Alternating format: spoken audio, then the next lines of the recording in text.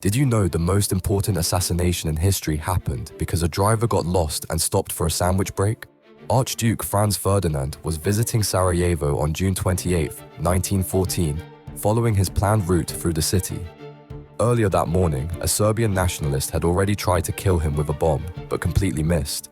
The failed assassin, Gavrilo Princip, gave up and decided to grab lunch at a local cafe. Meanwhile, Franz Ferdinand's driver took a wrong turn down Franz Joseph Street and got completely lost. He stopped the car right in front of the cafe to figure out where he was and reverse direction. Princip looked up from his sandwich and couldn't believe his eyes. His target was sitting just feet away in a stationary car. He walked over and shot the Archduke point blank. This one navigation error triggered World War I, killed millions, toppled empires, and reshaped the entire world, all because someone made a wrong turn.